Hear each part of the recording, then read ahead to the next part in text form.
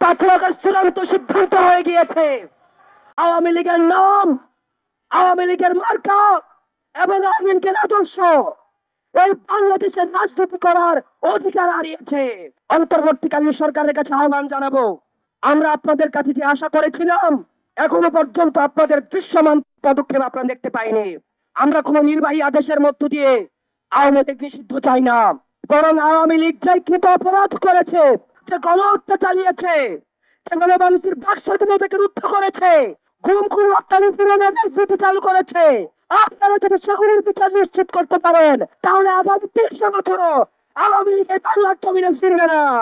আপনারা কিছুদিন আগে দেখেছেন 10টা ফেরাউন, 10টা নমরুদকে যদি একসাথে করা হয় তাহলে একটা হাসিনা হবে না। হাসিনা 10টা ফেরাউন থেকে ভয়ঙ্কর, 10টা নমরুদের থেকে ভয়ঙ্কর। এই বাংলার মাটিতে হত্যাকাণ্ড যতদিন পর্যন্ত আছে, এনসিপির ব্যানার ততদিন পর্যন্ত আছে, কোন আওয়ামী লীগকে এই বাংলার জমিনে পুনর্বাসিত হইতে দেওয়া হবে না। আমরা অন্তর্বর্তীকালীন সরকারকে বলতে চাই, আপনারা দ্রুততম সময়ের মধ্যে আপনারা আওয়ামী লীগের নিবন্ধন বাতিল করতে হবে। আওয়ামী লীগকে বিচার প্রক্রিয়ার মধ্য দিয়ে আওয়ামী লীগ বিষয়ে আপনাদেরকে সিদ্ধান্ত নিতে হবে। আওয়ামী লীগের বিচার প্রক্রিয়ার মধ্য দিয়ে আওয়ামী লীগকে নিষিদ্ধ করতে হবে।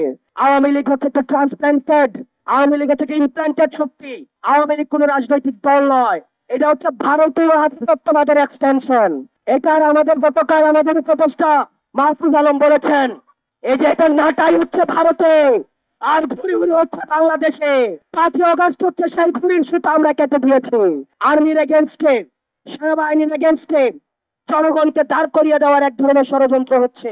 আমরা বলতে চাই, আমাদের অবস্থান সেনাবাহিনীর বিরুদ্ধে নয়, বরং সেনাবাহিনীকে দিয়েও আমাদের দেশে তাদেরকে অপব্যবহার করে কোন ষড়যন্ত্র যদি করতে চায় আমাদের অবস্থান সেটির বিরুদ্ধে। বাংলাদেশ সেনাবাহিনীর যে অবদান রয়েছে, তাদের যে কন্ট্রিবিউশন রয়েছে এবং বাংলাদেশ সেনাবাহিনী ইনস্টিটিউশনের উপরে আমাদের সম্মান, শ্রদ্ধা এবং আস্থা রয়েছে, আমরা বিশ্বাস করতে চাই তারা আমাদের এই আস্থার প্রতিদান দিবে। আপনাদের উপরে আওয়ামী লীগের জুলুমের কথা আপনারা ভুলে যাবেন না। আপনারা যদি এই জুলুমগুলো ভুলে আওয়ামী লীগের সাথে আপোষ করেন তাহলে আপনারা যারা বলছে আমাদের যারা মুসলিম রয়েছে তাদের সাথে আপনাদের বেইমানি করা হবে। আমরা বলতে চাই, 5 আগস্টের পূর্বে আমরা যেভাবে আপনাদের সঙ্গে ঢাল হয়ে দাঁড়িয়েছিলাম, ঠিক একইভাবে সন্তানরা আপনাদের সাথে আমরা হচ্ছে ঢাল হয়ে দাঁড়িয়ে থাকবো। আমরা একসাথে পরবর্তী বাংলাদেশ নির্মাণ করব। আপনাদের যাদের কাজ ক্যান্টনমেন্টে, আপনারা ক্যান্টনমেন্টেই থাকুন। আমরা আপনাদের প্রতি শ্রদ্ধা জানাই, সম্মান জানাই।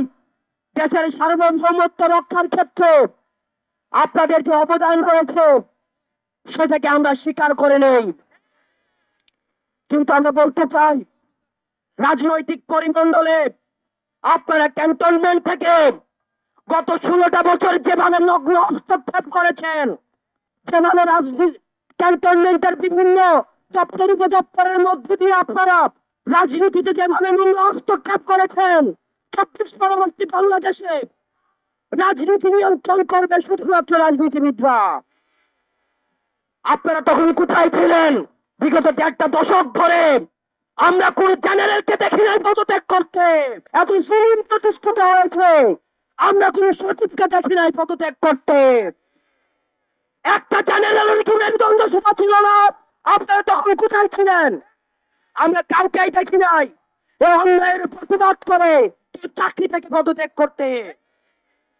আমরা আপনাদের সাথে বিনয়ের সাথে, আমরা আপনাদের কাছে বিনয়ের সাথে আমরা আহ্বান জানাবো, আমরা একটু প্রপার একটা ডেমোক্রেটিক ট্রানজিশনের অপেক্ষায় রয়েছি।